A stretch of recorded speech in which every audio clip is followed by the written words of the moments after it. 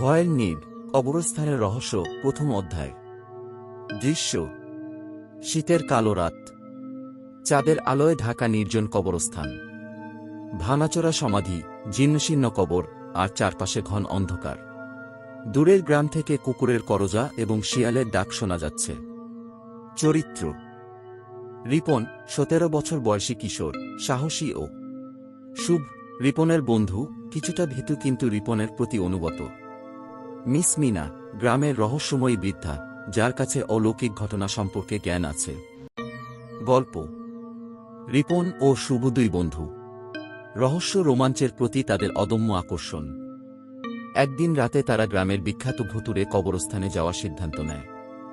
স্থানীয়রা বিশ্বাস করে এই কবরস্থানে রাতের বেলায় অদ্ভুত ঘটনা ঘটে।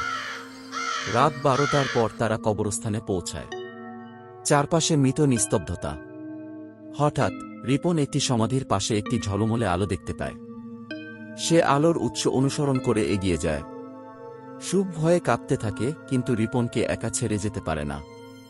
তারা একটি প্রাচীন কুঠুরির সামনে এসে পৌঁছায়। দরজা ভেঙে ভেতরে ঢুকে তারা অবাক হয়। কুঠুরির ভেতর আলো ভরা। দেয়ালে টাঙানো অজানা কিছু চিহ্ন, আর মেঝেতে কি আছে কুঠুরির ভেতরে? রিপন ও শুভের কি হবে ভাগ্য? চলো জানি আগামী অধ্যায়ে। ভয়ের নীড়, কবরস্থানের রহস্য, দ্বিতীয় অধ্যায়। প্রথম অধ্যায়ের ঘটনার পর রিপন ও শুভ ভয়ে কাঁপতে থাকে। কুঠুরির দরজা বন্ধ, বাতাসে ভেসে বেড়ায় এক ভয়ঙ্কর হাসির শব্দ। হঠাৎ রিপনের হাত থেকে মুখবিহীন পুতুলটি নিচে পড়ে যায়। পুতুলটির চোখ থেকে রক্ত বের হতে থাকে। রিপন ও শুভ আরও বেশি ভয় পেয়ে যায়। তারা দরজা খোলার চেষ্টা করে, কিন্তু দরজা যেন লকজাম হয়ে গেছে। হতাশায় রিপন বাক্সের ভেতর থেকে একটি পুরনো চাবি খুঁজে পায়। চাবি দিয়ে দরজা খুলে রিপন ও শুভ বাইরে বেরিয়ে আসে। তারা দ্রুত কবরস্থান থেকে পালিয়ে যায়। গ্রামে ফিরে রিপন মিস মিনার কাছে যায়। রহস্যের সমাধান: মিস মিনা রিপনকে বলে ওই পুতুলটি ছিল ডাইনির। ডাইনি মৃত গ্রামবাসীদের স্মরণে পুতুল তৈরি করেছিল, কিন্তু সেই পুতুলগুলোতে সে আবদ্ধ করে তার প্রতিশোধের আগুন। যে কেউ যদি ওই পুতুলগুলো স্পর্শ করে, তাহলে ডাইনির রাগের সম্মুখীন হতে হবে। রিপন ও শুভ বুঝতে পারে তারা ভয়ঙ্কর বিপদের মুখোমুখি হয়েছিল। কিন্তু ডাইনির প্রতিশোধ কি এখানেই শেষ? আগামী অধ্যায়ে জানবেন। ভয়ের নীড়, কবরস্থানের রহস্য, তৃতীয় অধ্যায়। দ্বিতীয় অধ্যায়ের ঘটনার পর রিপন ও শুভ ভয়ের সাথে দিন কাটায়। তারা জানে ডাইনি তাদের ছেড়ে দেবে না। হঠাৎ রিপনের ঘরে একটি অজানা ব্যক্তির চিঠি আসে। চিঠিতে লেখা আছে, ডাইনির রহস্য উন্মোচন করতে চাইলে রাত 1-2টায় কবরস্থানে এসো। রিপন দ্বিধায় পড়ে যায়। সে কি ডাইনির মুখোমুখি হবে, নাকি ভয়ে পালিয়ে যাবে? শুভ রিপনের পাশে থাকার সিদ্ধান্ত নেয়। রাত 1-2টা বাজে। রিপন ও শুভ কবরস্থানে পৌঁছায়। চারপাশে অন্ধকার, শুধুমাত্র চাঁদের আলোয় কবরগুলো ঝলমল করছে। হঠাৎ তাদের পিছনে একটি ভয়ানক শব্দ শোনা যায়। তারা ঘুরে দাঁড়ায় এবং দেখতে পায় একজন লম্বা, কালো পোশাক পরা মহিলা। মহিলাটির চোখ লাল, চুলগুলো উড়ছে বাতাসে। রিপন বুঝতে পারে এটাই ডাইনি। ডাইনি রিপনের দিকে এগিয়ে আসে।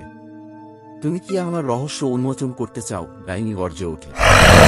রিপন সাহসের সাথে বলে, হ্যাঁ, আমি জানতে চাই কেন তুমি এই ভয়ঙ্কর কাজগুলো করছো। ডাইনি হাসে, আমার গ্রামের মানুষরা নির্মমভাবে হত্যা করা হয়েছিল। তাদের প্রতিশোধ না নিলে আমার শান্তি নেই। রিপন বলে, কিন্তু নিরপরাধ মানুষদের কষ্ট দেওয়া কি কখনো সমাধান হতে পারে?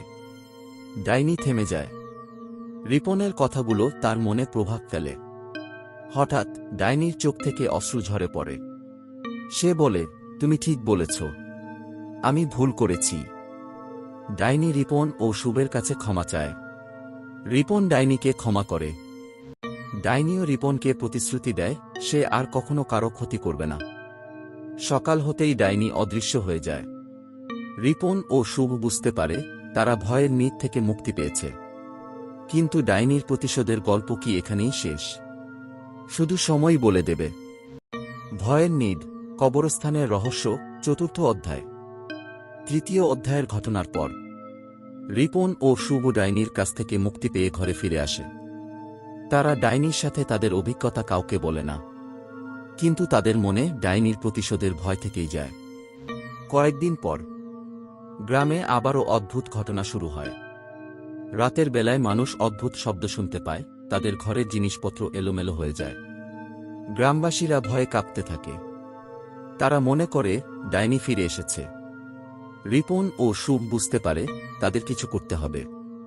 তারা গ্রামের বয়স্কদের সাথে কথা বলে জানতে পারে ডাইনি যখন জীবিত ছিল তখন সে একটি শক্তিশালী সাথে কথা বলে জানতে পারে ডাইনি যখন জীবিত ছিল তখন সে একটি শক্তিশালী জাদুমন্ত্র জানত। সেই জাদুমন্ত্র দিয়ে সে কবরস্থানের মৃতদের আত্মাকে নিয়ন্ত্রণ করতে পারত। রিপন ও শুভ সিদ্ধান্ত নেয় তারা ডাইনির জাদুমন্ত্র খুঁজে বের করবে এবং তাকে ধ্বংস করবে। তারা কবরস্থানে যায় এবং ডাইনির কুঠুরি খুঁজে বের করে। কুঠুরির ভেতর তারা একটি পুরনো বই পায়। বইটিতে ডাইনির জাদুমন্ত্র লেখা আছে। রিপন ও শুভ বইটি পড়ে জাদুমন্ত্র সম্পর্কে জানতে পারে। তারা বুঝতে পারে জাদুমন্ত্রটি ধ্বংস করার জন্য তাদের একটি বিশেষ উপায় খুঁজে বের করতে হবে। রিপন ও শুভ বিপদে পড়ে যায়।